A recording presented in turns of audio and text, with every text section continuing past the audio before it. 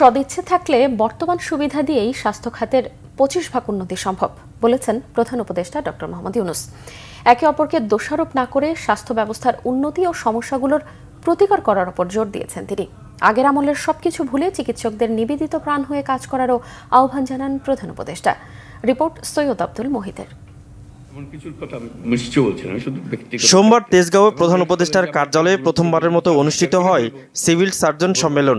এতে প্রধান অতিথি হিসেবে যোগ দেন প্রধান উপদেষ্টা ডক্টর মোহাম্মদ ইউনূস। তিনি বলেন, স্বাস্থ্যসেবা স্বাস্থ্যহীন হওয়ার জন্য একে অপরকে দোষ না দিয়ে উন্নতি করতে হবে। দেশের ভেতরে মহা পরিবর্তন হয়েছে, হাজার বছরেও এমন পরিস্থিতি আসবে না, সেই সুযোগ কাজে লাগানোর আহ্বানও জানান প্রধান উপদেষ্টা।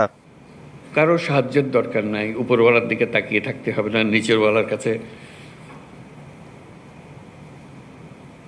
তার কোনো বিশেষ সুবিধার কথা বলতে হবে না। আমরা নিজেরাই যেভাবে আছে ওভাবে এই সম্মেলন ঠিক করলাম যে এইভাবেই আমরা এই পরিস্থিতির মধ্যেই সমস্ত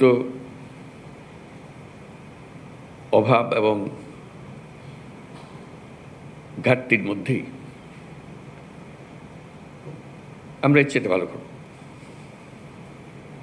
আমি একদম নিশ্চিতভাবে বলতে পারি স্বাস্থ্যসেবা 25% ভালো গেছে।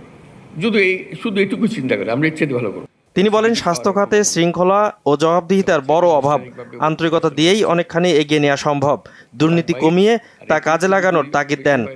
দুর্নীতি এক জিনিস কি ছিল, কিভাবে হয়েছে সেটা ব্যাখ্যা আমার দেওয়ার দরকার নেই, আপনারা অনেক জানেন।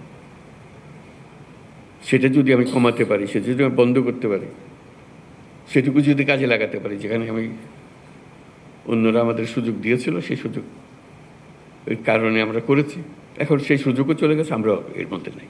চিন্তা করেন কি করতে পারেন, এটাকেও বাধ্যবাধক করে বাধ্যতামূলকভাবে আরেকটা সার্কুলার জারি করে করতে হবে এমন কিছুর কথা আমি নিশ্চয় বলছি না। আমি শুধু ব্যক্তিগত দায়িত্বের কথা বলতেছি। এটা সুযোগ এবং আমি পারি। স্বাস্থ্য সংস্কার কমিশনের রিপোর্ট বাস্তবায়নে সবার সহযোগিতা প্রয়োজন বলেও মন্তব্য করেন প্রধান উপদেষ্টা। এই রিপোর্ট আমাদেরকে দিয়েছে, আমরাও সম্মান করছি।